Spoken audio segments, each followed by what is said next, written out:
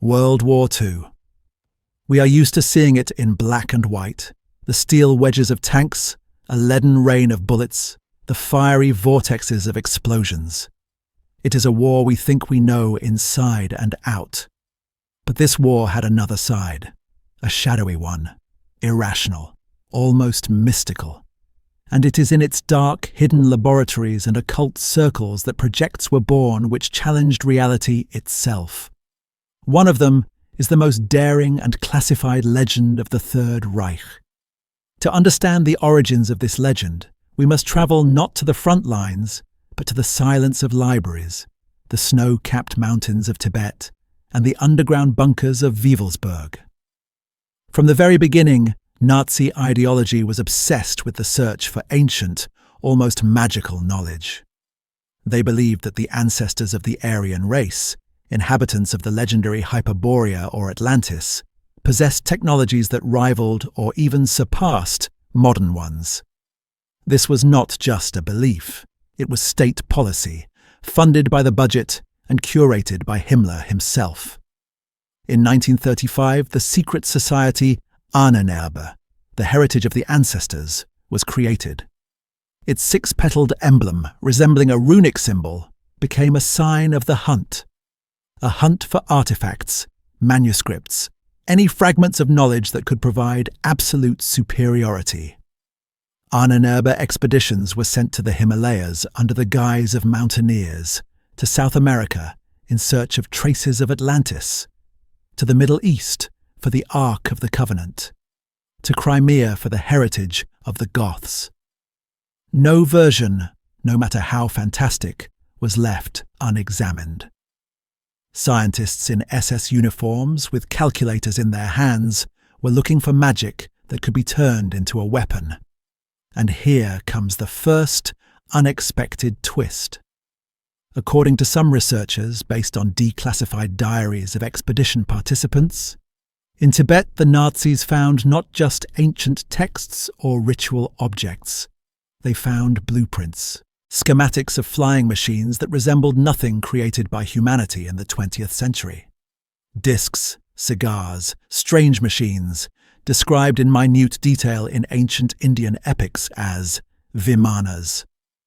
What if the Mahabharata and Ramayana are not myths, but technical documentation, a forgotten history of another high-tech civilization? And the Germans were the first to take it seriously. This knowledge, obtained in Himalayan monasteries, fell on the fertile soil of German engineering. In Germany, brilliant minds were already at work, minds unburdened by morality. Among them was Victor Schauberger, a self-taught forester, a genius of hydrodynamics who observed nature and theorized about the power of the vortex, about implosion as the opposite of destructive explosion. His engine, based on the principles of natural water movement, seemed like magic. And Walter and Reimar Horten, fanatically devoted to the idea of the flying wing, creating aircraft like the Ho 229, which were decades ahead of their time, and considered the first prototype of a stealth bomber. The idea of a disc-shaped aircraft was in the air. It was aerodynamically efficient, promising incredible stability and maneuverability. But more importantly, it was a symbol of a break with the old world of piston engines and straight wings, a symbol of the new, technological magic of the 1,000-year Reich. Thus, in deep secrecy, under the code names V7 and Bellon's disk, the project known to us as the Haunebu was born. The name itself is shrouded in mystery. Haunebu, according to one version, it is an acronym for Hauneburg Gerät, Hauneburg device. According to another, it is a mythical, sacred name associated with ancient Germanic legends of celestial fortresses. The first prototypes, if we are to believe documents declassified in our time and the contradictory testimonies of witnesses, began testing as early as 1939 at AEG factories and the Peenemünde Research Center, on the eve of the most devastating war in history. The war had not yet begun, but they were already preparing for the war of the future. Imagine a camouflage testing ground somewhere in the inaccessible regions of the Black Forest or the dense forests of Pomerania. A group of German engineers gazes upon something resembling a huge bell or an upside-down saucer, about 25 meters in diameter. This is the Haunebu Project. Its hull is made of a special alloy steel, Victalin. In the center, a powerful rotating turbine creates an electromagnetic field, a system called the Thule, or Magdeburg sphere. This was not just an airplane. It was an attempt to harness gravity itself, to create its own gravitational field. The crew was located in a pressurized cabin in the center of the disk, surrounded by a ring of electromagnets. The principle of operation, simply described, was based on exotic physics, the theory of a unified field, and the creation of a powerful, rotating electromagnetic vortex. It was assumed that this field, the so-called lift vortex, could neutralize the force of Earth's gravity and create its own atmosphere around the apparatus, its own bubble of space-time. This would allow it to move with incredible speed and maneuverability in any environment, air, water, and, according to some blueprints, even in near space. It was meant to fly not through aerodynamics, but by distorting physics. In essence, it was a primitive but working warp drive. But here comes the second twist. The problem was not the idea. The idea was genius. The problem was energy. To create such a field and power, the electromagnets required a compact and incredibly powerful energy source, surpassing all known ones: diesel engines, turbines, even primitive nuclear reactors. And at this moment, the most mysterious and terrible figure of this project enters the scene. The engineer, SS Obergruppenführer, the ghost man, Hans Kammler. Kammler, a brilliant organizer, a cynical and unprincipled technocrat. A graduate of the technical high school, he oversaw the construction of crematoria in Auschwitz, using prisoner labor as a disposable resource. And it was he who, in 1944, on Himmler's personal orders, took control of all the most advanced military projects of the Reich: the V-2 rockets, jet aircraft, the submarine fleet, and our Haunebu. They said he was not interested in the human cost, only the result. The secret factories where the discs were assembled, such as the underground complex Mittelwerk in the Harz Mountains, worked to the point of exhaustion, using the labor of prisoners from the Dora Mittelbau concentration camp. Technology was being born in hell, literally on bones. By 1943-44, according to legend and a number of post-war investigations, the Haunebu 2 was created, an improved combat model, diameter now 26 to 32 meters, crew up to 20 people, estimated speed a fantastic 6,000 kilometers per hour, making it untouchable for any Allied fighters. Flight altitude up to 20 to 24 kilometers on the edge of space. Armament, radiant energy installations, light cannons like the Kugelblitz, sounding like weapons from novels, and rapid-fire cannons. Schematics have even survived of the supposed giant, the Haunebu 3, with a diameter of 71 meters, with an estimated autonomy of 8 weeks, intended for interplanetary flights. But if these devices were so powerful, if they really flew, why didn't they appear in the skies over London or Moscow? Why didn't they decide the outcome of the war? This question is the main stumbling block of the entire story. The answer lies perhaps not in technology, but in strategy, and in the next, darkest act of this story. The war was coming to an end, and the Nazi leadership conceived a new, desperate, and grandiose plan. A plan not for victory, but for salvation and rebirth. The war was ending, but another one was beginning.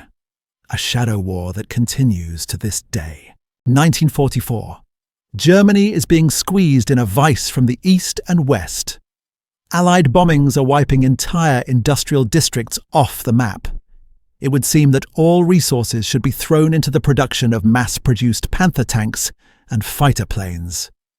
But strangely, the most secret, expensive, and fantastic projects, on the contrary, receive maximum funding and top priority. Their curator, Himmler, acts increasingly independently, creating his own state within a state, his empire within the collapsing Reich. Hans Himmler, this grey eminence of the Nazi underworld, looks at things soberly. The war is lost. But the idea of the Reich, its elite, and its most valuable technological achievements can and must be saved. A new bridgehead, inaccessible to Allied revenge, is needed, and his gaze turns south, to the icy deserts that the Nazis called Neuschwabenland, Antarctica, a continent shrouded in mysteries, which since the late 1930s had been considered a potential enclave of the Reich. As early as 1938 to 39, a German whaling expedition under the command of Alfred Richer on the ship Schwabenland meticulously mapped part of Antarctica, Queen Maud Land. From Boreas seaplanes they dropped pennants with swastikas, claiming a territory the size of Germany. Persistent rumours circulated that there, under the ice, with the help of seismic sounding, a system of huge caves with geothermal heat and breathable air had been discovered, the real hollow earth described in occult writings, the perfect natural hiding place for a secret base.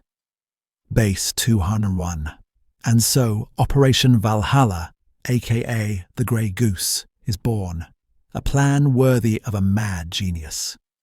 On Type 25 U-boats, the most advanced of their time, in the greatest secrecy, components for the Haunebu, blueprints, scientists, engineers, the best test pilots, and the flying saucers themselves, in disassembled form, are sent to Antarctica. The goal is to create there, in the ice, a new Berlin, a stronghold of the Fourth Reich, a state possessing the technologies of the future and capable of dictating terms from its icy refuge. This was not just an escape. It was the evacuation of an entire civilization in miniature. April-May 1945. Berlin is in flames. Hitler is dead. But in the chaos of the collapse, something happens that historians still cannot explain. People disappear, without a trace. Hans Himmler and Martin Bormann disappear. Tons of Reichsbank gold, unique works of art looted from all over Europe, disappear. Whole submarines from the Kriegsmarine fleet disappear without surrendering, including the famous U-530 and U-977, whose captains later gave strange, confused testimonies. Where? Official history says they died, but there is no material evidence of their deaths. All traces lead to the same place, south, into the Atlantic, towards the icy continent. Too many coincidences for mere chance. And here comes the third, most shocking twist of our story. What if Operation Valhalla was not just the escape of doomed criminals? What if it was only part of the plan, a kind of Plan B? And Plan A was much more ambitious, daring, and fantastic. What if the real goal was not just to hide, but to continue the war, but in a different way? A war of technology and psychological pressure. A war in which the main weapon was to be the myth of an incredible force hiding at the end of the world. In the summer of 1946, the American polar explorer and war hero, Richard Byrd, is ordered to lead a military expedition, high jump, to Antarctica. Officially, it's troop training in harsh conditions and scientific research, but the scale and composition suggest otherwise. The fleet is huge. 13 ships, including the aircraft carrier USS Philippine Sea, 4,000 sailors and soldiers, aircraft, helicopters, a submarine. A mission planned for 6 to 8 months ends in catastrophic failure after just 8 weeks. The squadron leaves Antarctica in a hurry, as if fleeing from someone. The expedition returns in complete disarray and under a veil of secrecy. Losses, damaged ships, the destroyed destroyer USS Murdoch. Later, Participants in private conversations would speak of enemy fighters of incredible speed emerging from under the water that attacked the squadron, of strange equipment failures. Admiral Byrd himself, during a secret debriefing in Washington, allegedly spoke of flying discs that easily outmaneuvered his planes and of a certain subterranean city he saw from the air. What was it? A top-secret Nazi unit defending its new homeland? Or did Admiral Byrd encounter something that governments around the world still hide to this day? The official report blamed everything on severe weather conditions. But wind and frost do not leave holes in ships' hulls. From this moment, the legend of the Haunebu ceases to be just a story about World War II. It bursts into modernity, forever changing our perception of reality. Just a few months after Byrd's expedition fled, on June 24, 1947, an event occurs that will shock the entire world and give the phenomenon its name. Private pilot Kenneth Arnold is flying over the Cascade Mountains in the USA when he sees 9 strange, crescent-shaped objects flying at incredible speed, which he estimated at thousands of miles per hour, in a formation resembling flying geese. He describes their movement as like a saucer skipped across water. Thus, the term flying saucer enters the press. The era of UFOs had begun. Coincidence? Or did Arnold witness test flights of aircraft created based on captured German Haunebu technology? Or were they the Nazis themselves, already feeling secure, beginning reconnaissance flights over the territory of their main enemy to demonstrate their presence? The 1950s. UFOs are being seen in skies all over the planet, over the USA, Europe, the USSR. Disc-shaped, cigar-shaped objects performing maneuvers impossible for earthly technology. Sharp 90-degree turns, instantaneous disappearances, hovering. Exactly like those developed within the depths of the Third Reich. A conspiracy theory emerges and gains strength, turning everything on its head. What if the little green men are not aliens from distant galaxies at all? What if the UFO phenomenon is terrestrial technology? Technology inherited and developed from the Nazis by both superpowers and, possibly, by a Nazi international itself, hiding in South America and Antarctica. What if we have all this time been chasing a shadow cast by our own recent past? But what exactly happened during those fateful days of February 1947? Shiplogs and private letters from participants of Operation High Jump, declassified decades later, paint an even more alarming picture. This was not just a skirmish. It was a full-scale battle in the skies over the icy desert, which can be considered the first military conflict between Earth civilization and the secret Antarctic colony. According to reports from the Air Group pilots, on February 26th, their Catalina reconnaissance planes were intercepted over Queen Maud Land. The objects, described as luminous discs, or silvery cigars, did not emit the familiar roar of engines. Instead, there was a low-frequency hum that caused the aircraft skin to vibrate and disabled onboard electronics. These objects did not attack first. They rapidly gained altitude, surrounded the reconnaissance planes, demonstrating overwhelming superiority in speed and maneuverability, and then just as swiftly disappeared. It was a clear, unambiguous signal. You are unwelcome guests here. Leave. One of the pilots, Lieutenant John Sayers, later stated in his intelligence report, "They did not resemble any aircraft known to us. Their movements were unnatural, as if they ignored inertia. We felt like we were in biplanes from the Great War, trying to catch up with a jet fighter. When one of the objects flew close by, I noticed strange symbols on its hull, not a swastika, but something resembling a combination of runes and astronomical signs." The confrontation culminated in an incident on March 2nd. While attempting to investigate an area where radar scanning had detected a major subglacial anomaly, one of the planes suddenly lost control and crashed into the ocean. The official cause was equipment failure due to extreme weather conditions. However, according to unofficial accounts from a radio operator on the destroyer USS Murdoch, the pilot managed to transmit a panicked message. "They're everywhere. They're coming from everywhere. The sky, it's moving." After which the communication cut off. Other pilots reported flashes of a blinding greenish light that emanated not from the objects themselves, but from beneath the ice sheet. It was after this incident that Admiral Byrd, whose flagship itself experienced strange phenomena, compass and radio failures, gave a categorical order to immediately cease the operation and return the fleet. The massive, well-equipped military armada was forced to retreat, having suffered losses. But the most shocking thing awaited them on the return journey. According to the testimonies of several sailors, as the fleet was leaving Antarctic waters, a giant, dark, cigar-shaped structure appeared in the sky above them. It hovered silently at an unreachable altitude, escorting them for several hours. It appeared to be made of some kind of matte, non-reflective metal and was the size of an aircraft carrier. This was no longer a disk, but something greater.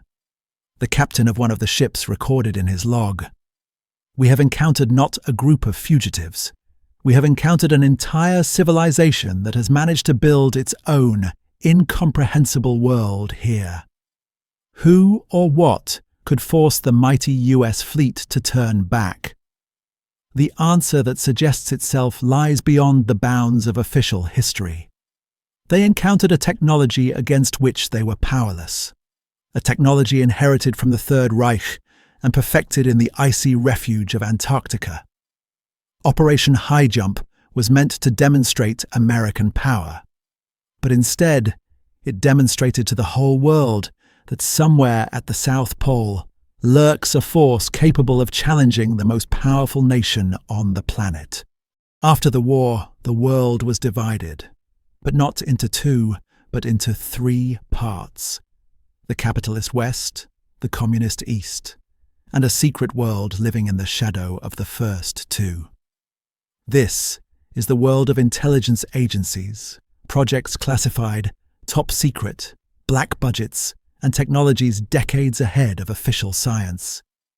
It is into this world, into the underground vaults of the CIA, KGB, and, perhaps, some private corporations, that most of the Haunebu legacy disappeared. The USA and USSR, like vultures, rushed to divide the legacy of the Third Reich. The American Operation Paperclip, a large-scale program to bring German scientists to the States, whitewashing their Nazi past and using their knowledge. Among them was Wernher von Braun, creator of the V2, the future father of the American space program. But where are the creators of the Haunebu, Schauberger, Ahnenerbe engineers like Hermann Oberth, Kammler himself? They are not on the open lists. They seem to have vanished, or were they simply hidden deeper, under different names, in underground Nevada laboratories, in Area 51, or in closed scientific towns in Siberia, like the now-abandoned Arzamas 16. There is a version that Victor Schauberger was forcibly brought to the US under paperclip and worked there on secret projects. But after a few months, disillusioned, broken, and seeing his ideas perverted for military purposes, he was returned, having signed a non-disclosure agreement. Before his death in 1958, he destroyed his most important notes and told his son, "They took everything from me, everything. They want to use it not for life, but for death." Who are they? The CIA, the Pentagon? And what exactly did they take? The blueprints for the implosion engine for the Haunebu, based on the principles of free energy? Let's recall the strange, disc-shaped aircraft that began to appear in the skies of the superpowers in the 50s and 60s, at the height of the Cold War and UFO hysteria. The American Avrocar VZ-9, a real flying saucer developed for the US Army, but never put into series production due to stability issues. The Canadian Silverbug, a project overseen by A.V. Rowe, the Soviet Ekip, and Alexeyev's flying saucer projects. All of them, in one way or another, in their shape and stated principles, Coanda effect, ground effect, resemble the Haunebu. And tellingly, all of them were either top secret or quickly shut down, as if someone higher up did not want their public development, or they ran into the same technological barriers as the Germans. And now, for the fourth, final twist. What if the truth lies in the middle? What if neither side received a ready-to-fly saucer? But the blueprints, the ideas, the principles, the research results, these were the main trophies, more valuable than any gold. And they, like seeds, fell on the fertile soil of the military-industrial complexes of both powers, sprouting in the technologies we see today and consider our own. Stealth technology, making aircraft invisible to radar, is a direct development of German work on reducing radar signature, which was also conducted for the Haunebu, fighters with variable sweep wings, like the Messerschmitt P-1101, helicopters with coaxial rotor systems. Look at a modern combat drone like the RQ-180, or a fifth-generation fighter like the F-35. Their contours are not the straight lines and angles of the past. These are smooth, rounded, flowing forms, the forms of the Horten flying wing, the forms of disc-shaped objects, the forms that the engineers of the Third Reich intuitively strived for, trying to harness new physical principles. We fly on the descendants of their dream without even realizing it. And what of Antarctica? Today, large-scale international scientific research is conducted there. But some anomalies make one think.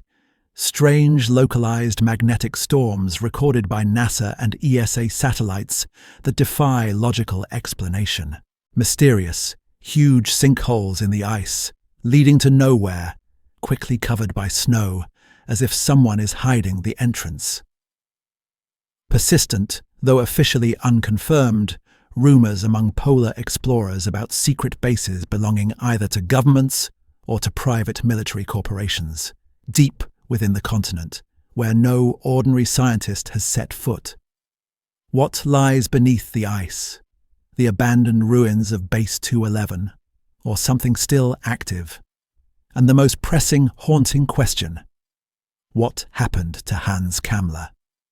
There is a version that he did not simply escape to Argentina under an assumed name, like many other Nazis. He faked his death and became the founding father of a new type of organization. Not a state, but a transnational, invisible corporation, hidden from view, living on black budgets and trading in advanced technologies. A corporation that to this day develops and perhaps even uses technologies based on the principles of the Haunebu. Perhaps it is its shadowy deals that are behind some of the sudden technological breakthroughs of recent decades. Imagine for a moment that all modern technological breakthroughs, quantum computers, controlled thermonuclear fusion, gravitational engines, mysterious materials with memory shape, may have their roots not in the discoveries of peaceful scientists on the pages of Physical Review, but in those very yellowish blueprints, covered in Gothic script and SS runes, that were smuggled out of an underground factory in Thuringia or found in Kammler's safe. This would mean that the trajectory of our technological reality has been subtly guided for many years by the ghost of the Third Reich. Its shadow lies over our future. So, did the Haunebu really exist? There is no direct, irrefutable, publicly available evidence. No clear photo, no unquestionable video, no actual apparatus standing in a hangar. There are only fragments, contradictory witness testimonies like that of Italian engineer Giuseppe Belluzzo, strange documents stamped Geheime Reichssache, secret Reich matter, circumstantial evidence in the form of sudden technological leaps, and the giant, sinister shadow that this project has cast over the entire post-war history of mankind, giving birth to the UFO phenomenon. Perhaps the Haunebu was real, but not as perfect as we would like to believe. A complex, unreliable machine capable of a few short, unstable jumps, consuming colossal resources. Perhaps it was a grand fraud by Himmler to secure funding for his dark affairs and the creation of a personal, technological empire. Or perhaps, and this is the most frightening version, the Haunebu was and remains the greatest technological secret of the 20th century, still kept under 7 seals in the safes of Washington, Moscow, and, who knows, perhaps in an under-ice bunker in Antarctica, and its legacy is shaping a future we cannot even guess at. The story of the Haunebu is a puzzle, most of whose pieces were deliberately destroyed, lost or hidden in the world's most secret archives. It exists on the very edge, between madness and genius, between occultism and quantum physics, between a terrible, bloody past and an uncertain, frightening future. It is a story about how man, stepping onto the path of evil, tried to steal fire from the gods, and what it ultimately led to. As we conclude our story, let us ask ourselves one final, most important question. When we look into the night sky, searching for the lights of unidentified objects, who do we, deep down, hope to see? Brothers in mind from distant galaxies, bringing us the light of knowledge and hope that we are not alone in the universe? Or is it the glimmer of a familiar, earthly, very human madness? An echo of a technology born in the hell of concentration camps, which fled to the icy purgatory of Antarctica, only to one day, when the world is ready, or not, return and stake its claim on this world. The Haunebu flying saucer, the mystery of the Third Reich, which has become a ghost for all mankind. A story that we're pretty sure isn't over yet, because some ghosts refuse to disappear.